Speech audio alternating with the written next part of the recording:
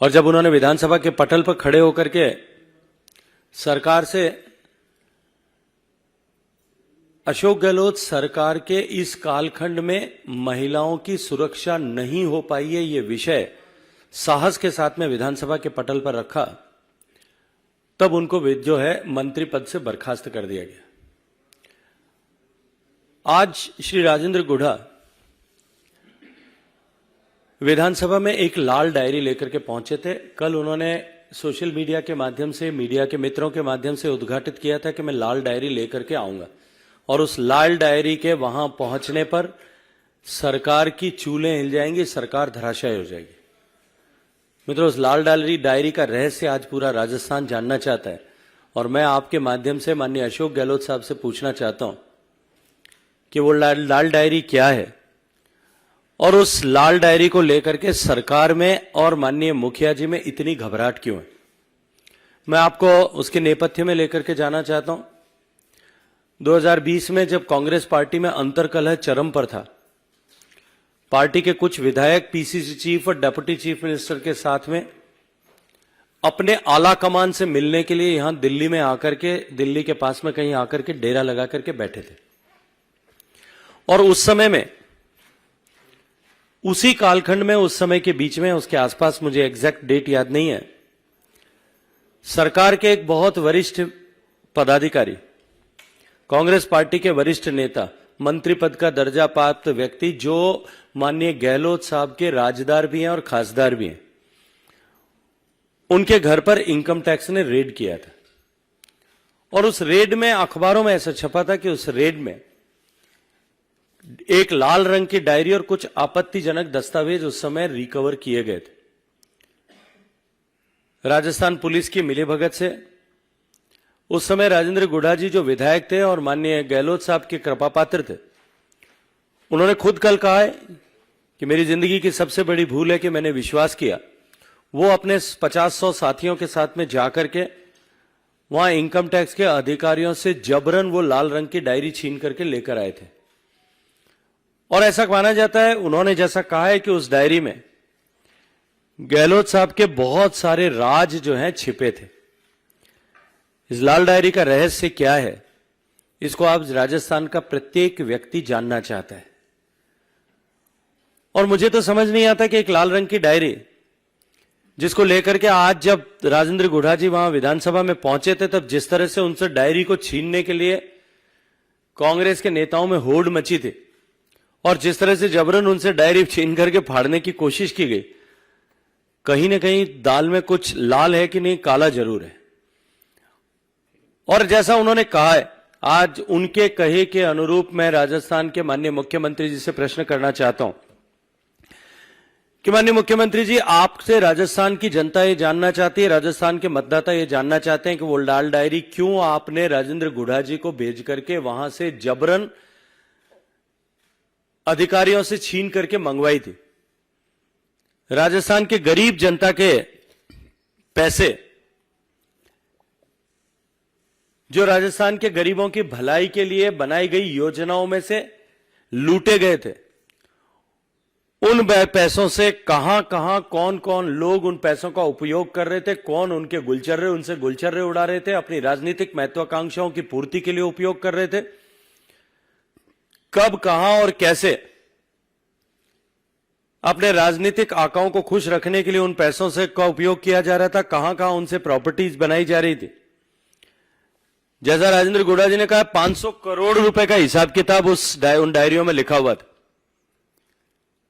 गरीब के पैसे से सरकार को बचाने के लिए जो पैसा इधर उधर किया गया, उसके इंद्राज उस डायरी में थे। क्रिकेट के आरसीए के चुनाव के लिए किसको किस तरह से कितना पैसा कब दिया गया था, उसके हिसाब किताब भी उस डायरी में थे। उसके अलावा भी अलग अलग तरह का माफिया जो सरकार के संरक्षण में चल रहा है, उससे जो कमीशन की राशि आ रही थी, उस कमीशन की राशि का हिसाब किताब भी उस डायरी में था।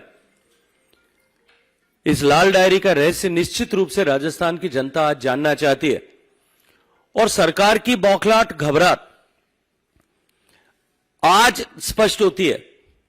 और इस बात पर मोहर लगती है कि क्यों कर राजेंद्र गुढ़ा जी की बयानबाजियों को इतने साल तक, इतने महीनों तक बर्दाश्त किया जा रहा था। आज राजस्थान की जनता के समझ में आ रहा है कि उनके द्वारा निरंतर पार्टी के विरोध में, सरकार के विरोध में, मुखिया जी के विरोध में बयान दिए जाने के बावजूद भी क्यों उनको, किस डर से उनको बर्दाश्त किया जा रहा था। ये लाल डायरी का रहस्य जो है निश्चित रूप से जिस दिन खुलेगा उस दिन राजस्थान में एक बड़ा हंगामा होने वाला है। कई लोगों के राजनीतिक वजूद हमेशा हमेशा के लिए समाप्त हो जाएंगे और इस डायरी को जानने की उत्सुकता आज राजस्थान के हर एक व्यक्ति के मन में है।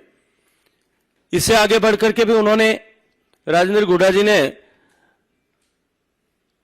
अजमेर ब्लैकमेल कांड के बारे में भी चर्चा की है।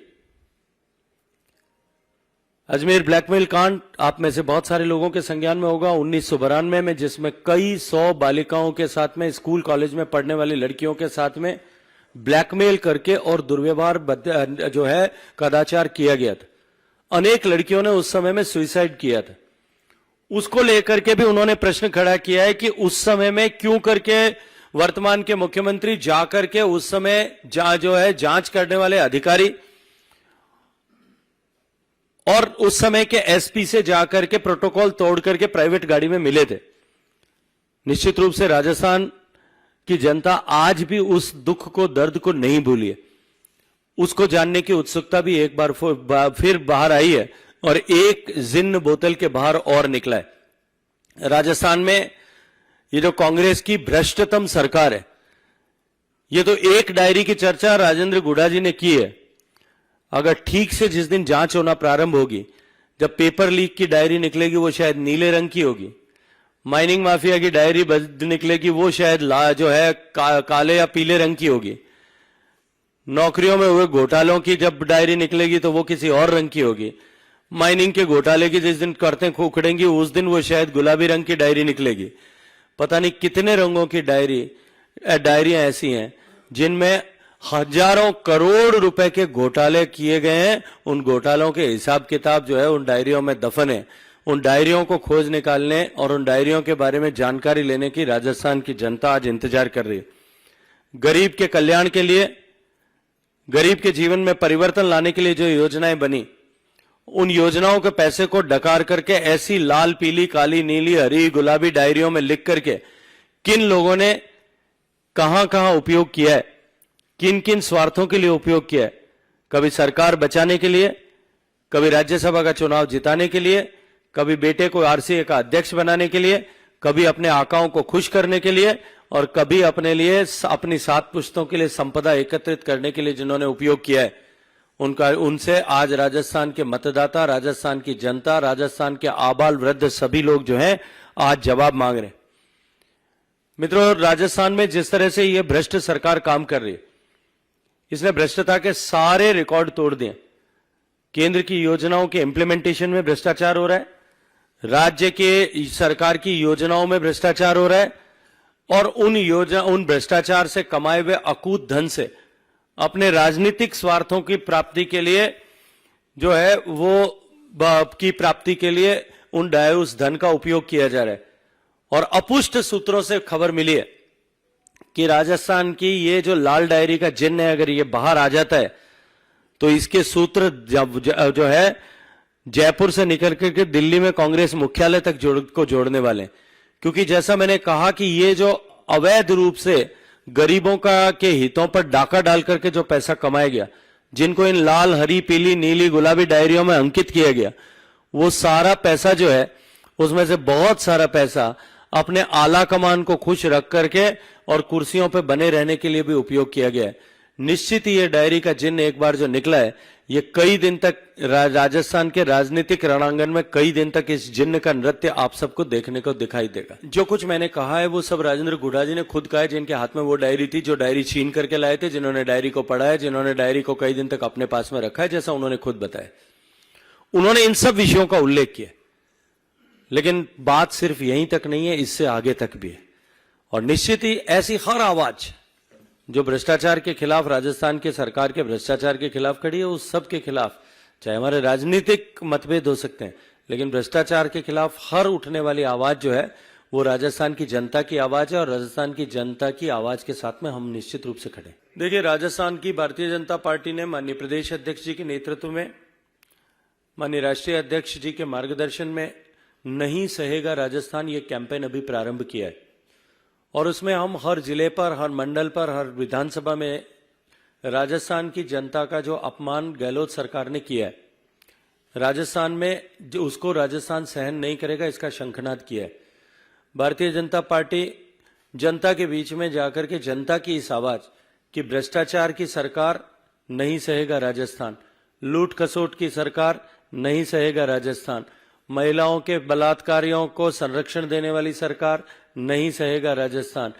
जो आरपीएससी में घोटाले करने वाली सरकार नहीं सहेगा राजस्थान, पेपर लीक की सरकार नहीं सहेगा राजस्थान, किसानों के वादा खिलाफी की सरकार नहीं सहेगा राजस्थान। ये जो लंबी श्रृंखला है, इस श्रृंखला में जो भ्रष्टाचार की चर्चा हम करते तो उसमें एक लाल डायरी भी जुड़ गई है। डायरियों में हिसाब रखने वाली सरकार को भी नहीं सहेगा राजस्थान। हमने कभी भी मणिपुर के विषय पर डिबेट हो, इसको लेकर के हमारा कहीं मतभेद नहीं है, निश्चित रूप से होनी चाहिए। सरकार डिबेट करना चाहती है लेकिन विपक्ष भाग रहा है। वो भाग इसलिए रहा है कि जब मणिपुर पर चर्चा होगी तब एक उंगली मणिपुर की तरफ उठेगी तो 3 उंगलियां जो है वो राजस्थान, छत्तीसगढ़, मध्य प्रदेश की तरफ भी उठती हुई दिखाई देंगी। जब कई उंगलियां जो हैं वो इधर उधर दूसरे प्रदेशों पर भी, कांग्रेस शासित प्रदेशों पर भी उठती हुई दिखाई देंगी। ये उंगलियों का डर जो है, ये डर जो है ये विपक्ष को इस चर्चा से भागने के लिए मजबूर कर रहा है। देखिए, जो आपका पहला प्रश्न था कि कांग्रेस पार्टी ये कह रही है कि वो पिछले 2-2.5 साल तक चुप क्यों थे। 2020 की घटनाएं, 2020 के बाद मुझे लगता है कि उनको चुप रखने के लिए उनको मंत्री पद से नवाजा गया था और आज जब मंत्री पद पे रख करके भी वो उनको संतुष्ट नहीं कर पा रहे थे, तब लाल डायरी का जिन्न बाहर निकल गया है। क्योंकि उनके जमीर की आवाज, उनके हृदय की आवाज, उनके दिल की आवाज उन्होंने जो है वो इन पदों से ऊपर उठ गई और उन्होंने जिस तरह से प्रश्न खड़े किए उसके बाद में सरकार कटघरे में थी और सरकार हकीकत को, सच को बर्दाश्त नहीं कर पा रही थी, सच को झेलने की ताकत नहीं बची थी, इसलिए जिन्न एक बार फिर बोतल से बाहर आया है। जहां तक शांति धारीवाल जी का प्रश्न है,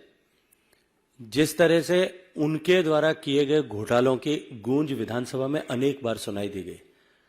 देखिए, विपक्ष के नेता प्रतिपक्ष, उपनेता प्रतिपक्ष यदि किसी मंत्री के ऊपर आरोप लगाएं तो शायद उसको ऐसा माना जा सकता है कि वो राजनीतिक लाभ या हानि के दृष्टिकोण से लगाए गए होंगे।